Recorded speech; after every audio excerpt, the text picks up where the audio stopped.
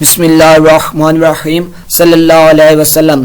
अस्सलाम वालेकुम dear students, my name is Bilal. मैं अपने यूट्यूब चैनल पैशन एजुकेशन 786 के प्लेटफॉर्म से आपसे मुखातब हूँ। हमने एक 9th class science group mathematics का कोर्स स्टार्ट किया हुआ है। लेक्चर नंबर 1 में हमने कुछ बेसिक चीज़ें रिलेटेड टू एक्सरसाइज 1.1 और मैथमेटिक्स से रिलेटेड कुछ बेसिक चीज़ों को डिस्कस किया था। आज हम 1.1 एक्सरसाइज स्टार्ट करेंगे। एक्सरसाइज 1.1 शुरू करने से पहले मैं आपको प्रीवियस लेक्चर जो लेक्चर नंबर 1 हमारे कोर्स हमारे कंटेंट का था उसे एक दफ़ा आपको रिवाइज करवा दूं। लेक्चर नंबर 1 में हमने कुछ बेसिक चीज़ों को डिस्कस किया। नंबर 1 जो मैथ्स का लफ्ज़ है, जो वर्ड है मैथ्स का, इसकी एब्रीविएशन क्या है। उसके बाद हमने डिस्कस किया था व्हाट इज़ मैथमेटिक्स। इसमें हमने नंबर्स को डिस्कस किया, शेप्स को डिस्कस किया, उसके बाद हमने पैटर्न्स को डिस्कस किया। इसके बाद हमने 1.1 से रिलेटेड जो कंसेप्ट थे उनको रीड किया। नंबर 1 पे जो कंसेप्ट था वो था मैट्रिक्स क्या है, कॉलम हम किसे कहते हैं। उसके बाद हमने डिस्कस किया था ऑर्डर ऑफ मैट्रिक्स किसे कहते हैं। ऑर्डर ऑफ मैट्रिक्स हमें फाइंड आउट करने के लिए कितनी चीज़ों की ज़रूरत होती है। रोज क्या होते हैं, कॉलम क्या होते हैं, कितारें और कॉलम किन्हें कहते हैं। जो एंट्रीज अगर हॉरिजॉन्टल वे में लाई कर रहे हैं उन्हें हम रोज बोलते हैं, कितारें बोलते हैं। और जो एंट्रीज जो एलिमेंट्स वर्टिकल लाई कर रहे होते हैं उन्हें हम कॉलम बोलते हैं। उसके बाद हमने डिस्कस किया इक्वल मैट्रिसेस से क्या मुराद है। इक्वल मैट्रिसेस के बाद आज हम एक्सरसाइज 1.1 स्टार्ट करने लगे हैं। जो क्वेश्चन मैं आपको समझाऊंगा, सबसे पहले मैं उस क्वेश्चन की स्टेटमेंट आपको समझाऊंगा, उसके बाद क्वेश्चन हम पढ़ेंगे, उसके बाद हम उसका सोल्यूशन देखेंगे। डियर स्टूडेंट, जो क्वेश्चन मैं आपको समझाऊंगा, जो लाइन जो स्टेप मैं आपको समझाऊंगा उसके ऊपर मैं एक रेड कलर का सर्कल रखूंगा ताकि आपको अच्छी तरह समझ आ सके। क्वेश्चन नंबर 1 की स्टेटमेंट है find the order of the following matrices. हमने मंदरजा है जो हमें कॉलम गिवन है इनके हमने ऑर्डर बताने हैं, इनका हमने मर्तबा बताना है। क्वेश्चन नंबर 1 देखें, a इज इक्वल टू 2 3 -5 6। ये 2/2 है, इसे हम स्क्वायर मैट्रिक्स बोलते हैं, मुरब्बी कॉलम बोलते हैं। सोल्यूशन आप इसका देखें, नंबर ऑफ रोज इसमें कितनी है 2। There are 2 rows in given matrix. Check करें 2 3 दो एंट्रीज हैं पहली रो में, उसके बाद -5 6 और ये एंट्रीज हॉरिजॉन्टल लाई कर रहे हैं। इसका मतलब हुआ कि क्वेश्चन नंबर 1 जो ए मैट्रिक्स है इसमें नंबर ऑफ रोज कितनी है 2 हैं, यानी कितारें कितनी हैं 2। और उसके बाद नंबर ऑफ कॉलम कितने हैं, ऐसी एंट्रीज जो वर्टिकल लाई कर रहे हैं उन्हें हम कॉलम बोलते हैं। 2 -5 एक कॉलम है, उसके बाद 3 5 6 3 6 एक कॉलम है। इसका मतलब हुआ नंबर ऑफ कॉलम भी इसमें 2 है। उसके बाद हम स्टेप नंबर 3 पे आते हैं। Order of matrix is equal to number of rows by number of column. Number of rows 2 है और उसके बाद हम बाय लगाएंगे, उसके बाद नंबर ऑफ कॉलम कितने हैं 2। क्वेश्चन नंबर 1 सॉल्व हो गया। Question number 2, b is equal to 2 0 3 5। Solution इसका चेक करें, नंबर ऑफ रोज 2 है, नंबर ऑफ कॉलम्स 2 हैं। ऑर्डर ऑफ मैट्रिक्स जब भी हम लिखते हैं सबसे पहले हम नंबर ऑफ रोज चेक करते हैं, उसमें नंबर ऑफ रोज कितनी है, उसके बाद इसमें नंबर ऑफ रोज भी 2 है और नंबर ऑफ कॉलम भी 2 है। सो इसका ऑर्डर इसका मर्तबा 2/2 हो गया। अब क्वेश्चन नंबर 3 देखें, c is equal to 2 4।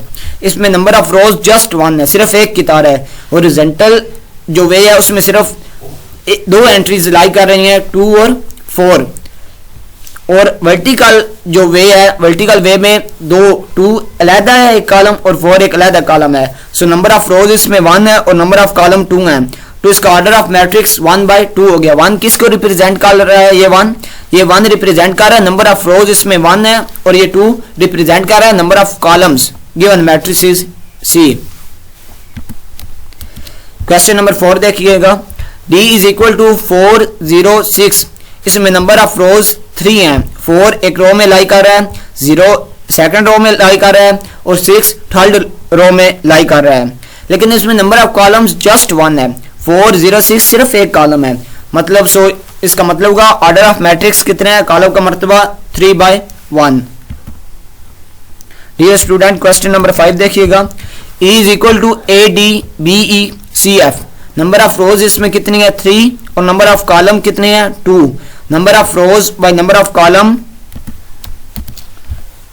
Number of rows इसमें 3 थी और नंबर ऑफ कॉलम 2 थे। सो इसका ऑर्डर ऑफ मैट्रिक्स कॉलम का मर्तबा 3/2 हो गया। क्वेश्चन नंबर 6 देखें, f इज इक्वल टू 2। इसमें नंबर ऑफ रोज भी 1 है और नंबर ऑफ कॉलम भी 1 है। सो इसका मर्तबा हो गया 1/1। Question number 7, G is equal to 2 3 0 1 2 3 2 4 5। इसमें नंबर ऑफ रोज 3 है और नंबर ऑफ कॉलम्स 3 है। Order of matrix is equal to number of rows by number of columns. So order of matrix is equal to 3 by 3। 3 इसमें rows हैं और 3 columns हैं। Question number 8 2 3 4 1 0 6। इसमें number of rows 2 हैं और number of columns 3 हैं। Order of matrix column का मर्तबा बराबर होता है नंबर ऑफ रोज कितारें कितनी हैं बाय नंबर ऑफ कॉलम कितने हैं। इसमें 2 रोज हैं 2 कितारें हैं और कॉलम कितने हैं 3। सो इसका ऑर्डर ऑफ मैट्रिक्स कॉलम का मर्तबा हो गया 2 बाय 3। क्वेश्चन नंबर 1 हमारा कंप्लीट हो गया। डियर स्टूडेंट क्वेश्चन नंबर 2 की स्टेटमेंट है which are the following matrices are equal. अब हमें बताना है कि मुसावी कॉलम कौन कौन से हैं।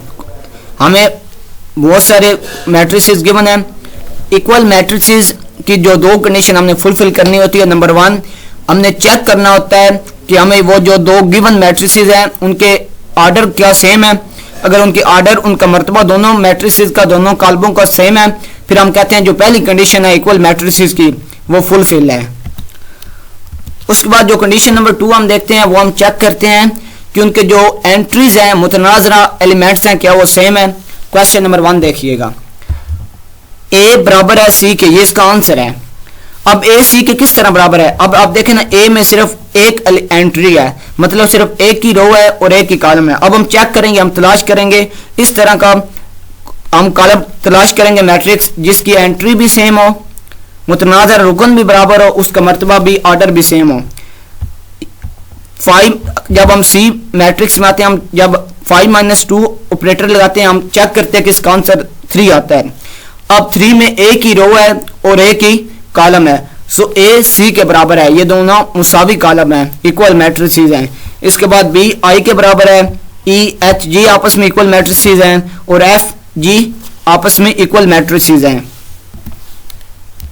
Most important question in this exercise find the values of a b c and d which satisfy the matrices equation. अब हमारे पास 2 मैट्रिसेस गिवन है। हमने ए बी सी और डी की कीमतें निकालनी है उनकी वैल्यूज निकालनी है। सॉल्यूशन चेक करें। ए प्लस सी बराबर है 0 के। ए प्लस सी बराबर है 0 के। I call this is equation number 1। A plus 2b बराबर which is equal to -7। I call this is equation 2। c - 1 which is equal to 3 I called this is equation number 3. 4d - 6 which is equal to 2d I called this is equation number 4. अब हमारे पास 4 equation हैं 4 मसवाते हैं।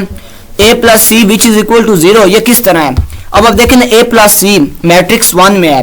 इसकी place कौन सी है पहली रो और पहली एंट्री है। अब हम दूसरे मैट्रिक्स में जाएंगे और उधर से हम देखेंगे रो 1 कौन सी है और उसका पहली एंट्री कौन सी है। इसकी पहली एंट्री 0 है। इस तरह हम बराबर करके लिखेंगे। अब सेकंड देखें a plus 2b पहले मैट्रिक्स की पहली रो की सेकंड एंट्री है। अब हम दूसरे मैट्रिक्स की पहली रो की सेकंड एंट्री तलाश करेंगे विच इज -7। इस तरह करके c - 1 is equal to 3 4d - 6 is equal to 2d। अब हम सबसे पहले उस इक्वेशन को सॉल्व करेंगे जिसमें एक अननोन होगा जिसमें सिर्फ एक अननोन होगा। अब अगर हम चेक करें a plus c equation number 1 में 2 अननोन है इक्वेशन नंबर 2 में भी 2 अननोन है। इसे हम पहले हल नहीं करेंगे सॉल्व नहीं करेंगे। सबसे पहले हम इक्वेशन नंबर 3 को सॉल्व करेंगे। c की कीमत निकालकर इक्वेशन नंबर 1 में हम पुट करेंगे। c - 1 which is equal to 3 math का बेसिक ऑपरेशन है। हम जानते हैं इक्वल का रूल है कि जब भी हम किसी डिजिट को अगर उसके साथ माइनस है वो दूसरी साइड पे जाकर प्लस हो जाता है अगर प्लस हो माइनस हो जाता है। c अपनी प्लेस पे रहेगा क्योंकि हमने c की वैल्यू फाइंड आउट करनी है। c which is equal to 3 या माइनस का 1 था इधर आकर प्लस का 1 हो गया 3 + 1 which is equal to 4। c की वैल्यू कौन सी आई है c इज इक्वल टू 4। अब हम इसे इक्वेशन नंबर 1 में पुट करेंगे। हम इस c की वैल्यू को उस इक्वेशन में पुट करेंगे जिधर से हम c की वैल्यू पुट करके किसी और a b या d का आंसर निकाल सकते हैं। इक्वेशन नंबर 1 है a plus c which is equal to 0। अब हम इधर c की वैल्यू पुट करेंगे c इज इक्वल टू 4 था a plus 4 which is equal to 0। अब 4 किधर से है ये c की कीमत हमने पुट की है। अब इधर प्लस का 4 है इक्वल के दूसरी साइड पे जाकर राइट साइड पे इक्वल के राइट साइड पे जाकर ये माइनस का हो जाएगा, a which is equal to -4। अब ना हमने दो वेरिएबल्स की कीमतें फाइंड आउट कर ली हैं from equation number 2, a plus 2b which is equal to -7 put.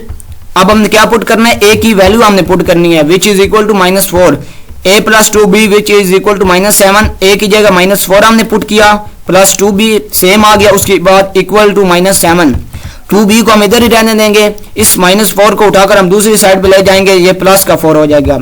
जब भी दो अदद हमारे पास हों, एक अदद के साथ प्लस का साइन हो और दूसरे के साथ माइनस का हो, हम माइनस करते हैं, लेकिन अलामत बड़े अदद के साथ जो होती है वो हम लगाते हैं। 2b which is equal to 7 में से 4 को जब हम सब्ट्रैक्ट करेंगे 3 रिमेनिंग रह जाएगा और 3 के साथ माइनस का साइन आएगा। अब हम b को इधर ही रहने दें। अगर इक्वल की एक साइड पे दो चीजें मल्टीप्लाई हो रही हो तो वो दूसरी साइड पे जाकर डिवाइड हो जाती हैं, तकसीम हो जाती हैं। अब ये दो इधर आकर डिवाइड हो जाएगा। अब हम इसे फ्रैक्शन को सॉल्व करेंगे, ये डेसिमल में इसका आंसर आ जाएगा -1.5। a, b और c की हमने वैल्यूज फाइंड आउट कर ली हैं, कीमतें निकाल ली हैं। अब सिर्फ d रह गया।